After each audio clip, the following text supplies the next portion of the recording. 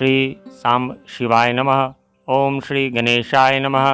हे शिव भक्तों, आज हम लोग श्री शिव महापुराण में द्वितीय रुद्र संहिता के अंतर्गत प्रथम सृष्टि खंड का श्रवण करेंगे। अथ नवमोऽध्याय। उमा सहित भगवान शिव का प्राकट्य, उनके द्वारा अपने स्वरूप का विवेचन तथा ब्रह्मा आदि तीनों देवताओं की एकता का प्रतिपादन। ब्रह्मा जी बोले, हे नारद, भगवान विष्णु के द्वारा की हुई अपनी स्तुति सुनकर करुणानिधि महेश्वर प्रसन्न हुए और उमा देवी के साथ सहसा वहाँ प्रकट हो गए। उस समय उनके 5 मुख और प्रत्येक मुख में 3-3 नेत्र शोभा पाते थे। भाल देश में चंद्रमा का मुकुट सुशोभित था। सिर पर जटा धारण किए गौरवर्ण विशाल नेत्र वाले शिव ने अपने संपूर्ण अंगों में विभूति लगा रखी थी। उनकी 10 भुजाएं थी। उनके कंठ में नीला चिन्ह था। वे समस्त आभूषणों से विभूषित थे। उन सर्वांग सुंदर शिव के मस्तक भस्ममय त्रिपुंड से अंकित थे। ऐसे परमेश्वर महादेव जी को भगवती उमा के साथ उपस्थित देखकर भगवान विष्णु ने मेरे साथ पुनः प्रिय वचनों द्वारा उनकी स्तुति की। तब करुणा कर भगवान महेश्वर शिव ने प्रसन्नचित्त होकर उन श्री विष्णुदेव को श्वास रूप से वेद का उपदेश दिया। हे मुने, उसके बाद शिव ने परमात्मा श्रीहरि को गुह्य ज्ञान प्रदान किया। फिर उन परमात्मा ने कृपा करके मुझे भी वह ज्ञान दिया। वेद का ज्ञान प्राप्त कर कृतार्थ हुए भगवान विष्णु ने मेरे साथ हाथ जोड़कर महेश्वर को नमस्कार करके पुनः उनसे पूछा। विष्णु जी बोले, हे देव, आप कैसे प्रसन्न होते हैं? हे प्रभु, मैं आपकी पूजा किस प्रकार करूं? आपका ध्यान किस प्रकार से किया जाए और आप किस विधि से वश में हो जाते हैं? हे महादेव, आपकी आज्ञा से हम लोगों को क्या करना चाहिए?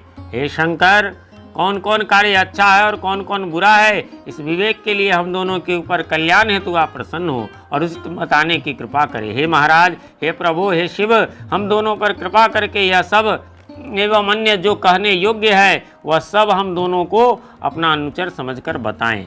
ब्रह्मा जी बोले, हे मुने, श्री हरि की यह बात सुनकर प्रसन्न हुए कृपा निधान भगवान शिव प्रीतिपूर्वक यह बात कहने लगे।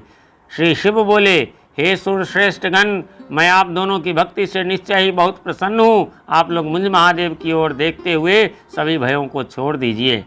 मेरा यह लिंग सदा पूज्य है, सदा ही ध्येय है। इस समय आप लोगों को मेरा स्वरूप जैसा दिखाई देता है वैसे ही लिंग रूप का प्रयत्न पूर्वक पूजन चिंतन करना चाहिए।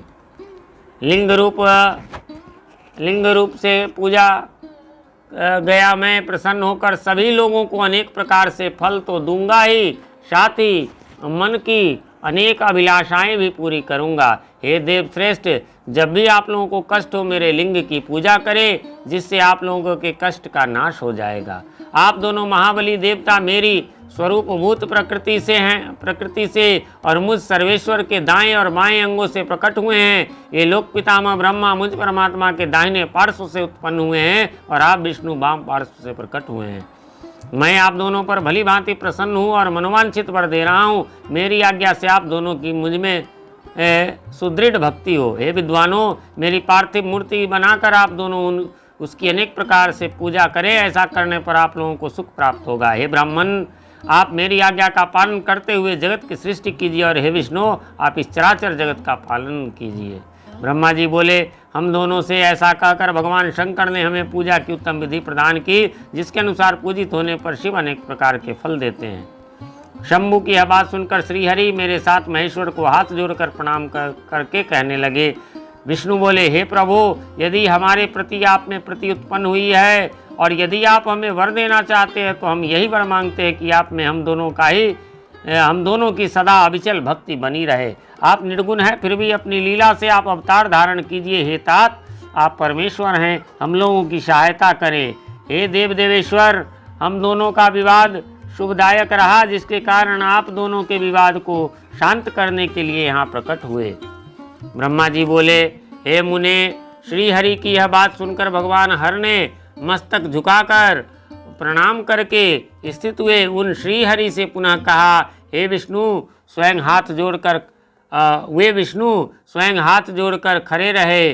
श्री महेश बोले, मैं सृष्टि पालन संहार का कर्ता, सगुण निर्गुण निर्विकार सच्चिदानंद लक्षण वाला तथा परब्रह्म परमात्मा हूँ। हे विष्णु, सृष्टि, रक्षा और प्रलय रूप गुणों के भेद से मैं ही ब्रह्मा, विष्णु तथा रुद्र का नाम धारण करके 3 स्वरूपों में विभक्त हुआ हूँ। हे हरे, मैं वास्तव में सदा निष्कल हूँ। हे विष्णु, आपने और ब्रह्मा ने मेरे अवतार के निमित्त जो मेरी स्तुति की है, उस प्रार्थना को मैं अवश्य सत्य करूँगा, क्योंकि मैं भक्त वत्सल हूँ। ब्राह्मण, मेरा ऐसा ही परम उत्कृष्ट रूप तुम्हारे शरीर से इस लोक में प्रकट होगा, जो नाम से रुद्र कहलाएगा। मेरे अंश से प्रकट हुए रुद्र की सामर्थ्य मुझसे कम नहीं होगी। मैं जो हूँ वही ये रुद्र है। पूजा के विधि विधान की दृष्टि से भी मुझ में और उनमें कोई अंतर नहीं है। जैसे जल आदि के साथ ज्योतिर्मय बिंब का प्रतिबिंब के रूप में संपर्क होने पर भी बिंब में स्पर्श दोष नहीं लगता, उसी प्रकार मुझ निर्गुण परमात्मा को किसी के संयोग से बंधन नहीं प्राप्त होता। यह मेरा शिव रूप है। जब रुद्र प्रकट होंगे तब वे भी शिव के ही तुल्य होंगे।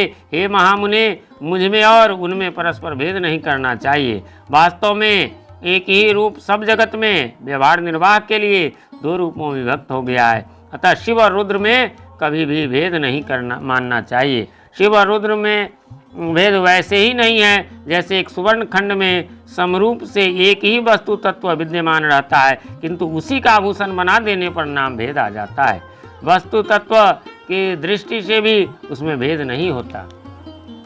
जिस प्रकार एक ही मिट्टी से बने नाना प्रकार के पात्रों में नाम और रूप का तो भेद आ जाता है, किंतु मिट्टी का भेद नहीं होता, क्योंकि कार्य में कारण ही विद्यमानता दिखाई देती है।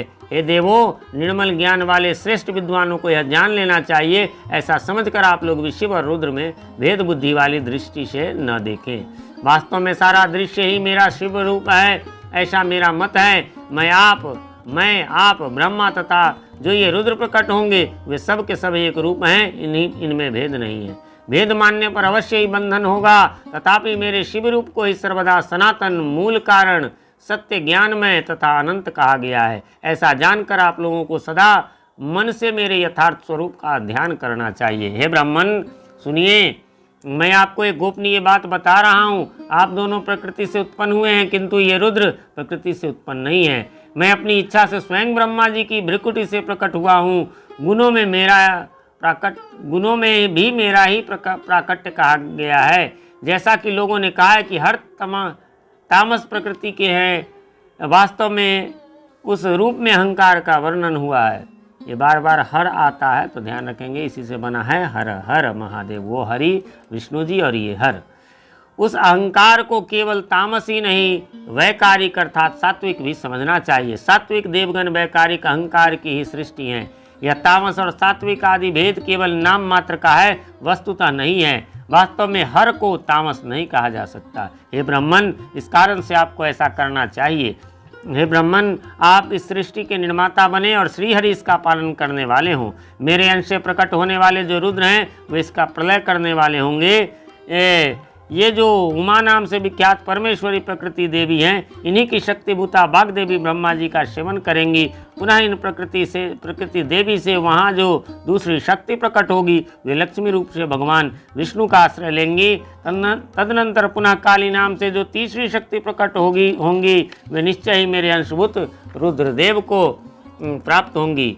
वे कार्य की सिद्धि के लिए वहाँ ज्योति रूप से प्रकट होंगी। इस प्रकार मैंने देवी की शुभ स्वरूपा पराशक्तियों को बता दिया। उनका कार्य क्रमशः सृष्टि, पालन और संहार का संपादन ही है। हे सुरश्रेष्ठ, ये सब की सब मेरी प्रिया प्रकृति देवी की अंशभूता हैं।